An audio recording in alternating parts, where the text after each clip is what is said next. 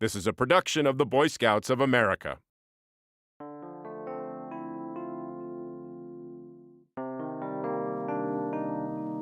Welcome to Youth Protection Training. This program is designed for volunteer leaders and parents of boys in a Cub Scout or Boy Scout program. Now, child abuse is a significant social problem, harming not only the victims and their families, but also causing negative impacts on youth-serving organizations and our communities.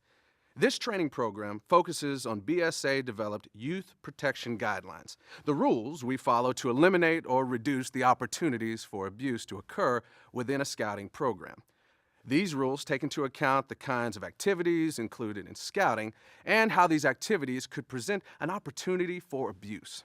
After completing the training, you should be able to demonstrate understanding of the BSA Youth Protection Guidelines by going online and correctly answering the questions to a short quiz.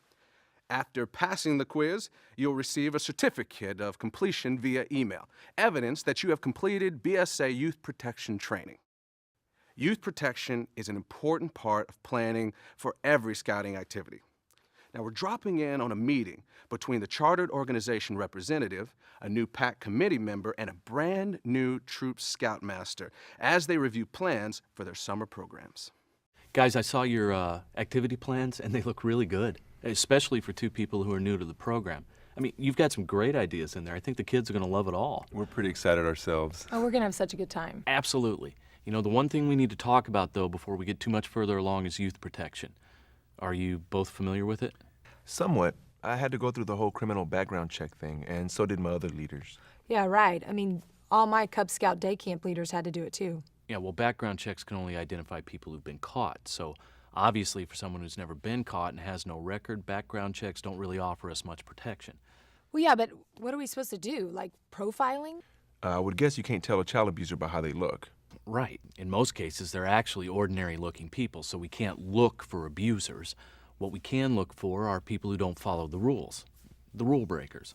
What rules are we talking about here? The BSA has developed a set of youth protection guidelines that make it difficult for abusers to harm kids when those rules are followed while kids are involved in scouting activities. How can we get a copy of these rules? Well, all the guidelines are in the Guide to Safe Scouting, and you can actually get it at a couple of different places. Local scout shops carry it, or you can go online to scouting.org and just click on the Scouting Safety tab. So is that all we need to do? We get a guide to safe scouting and read over and follow the youth protection guidelines, and that's it? We're good to go? Pretty much, but you'll need to take the BSA's youth protection training. You know, it'd probably be good for me to run through the guidelines with both of you to make sure you're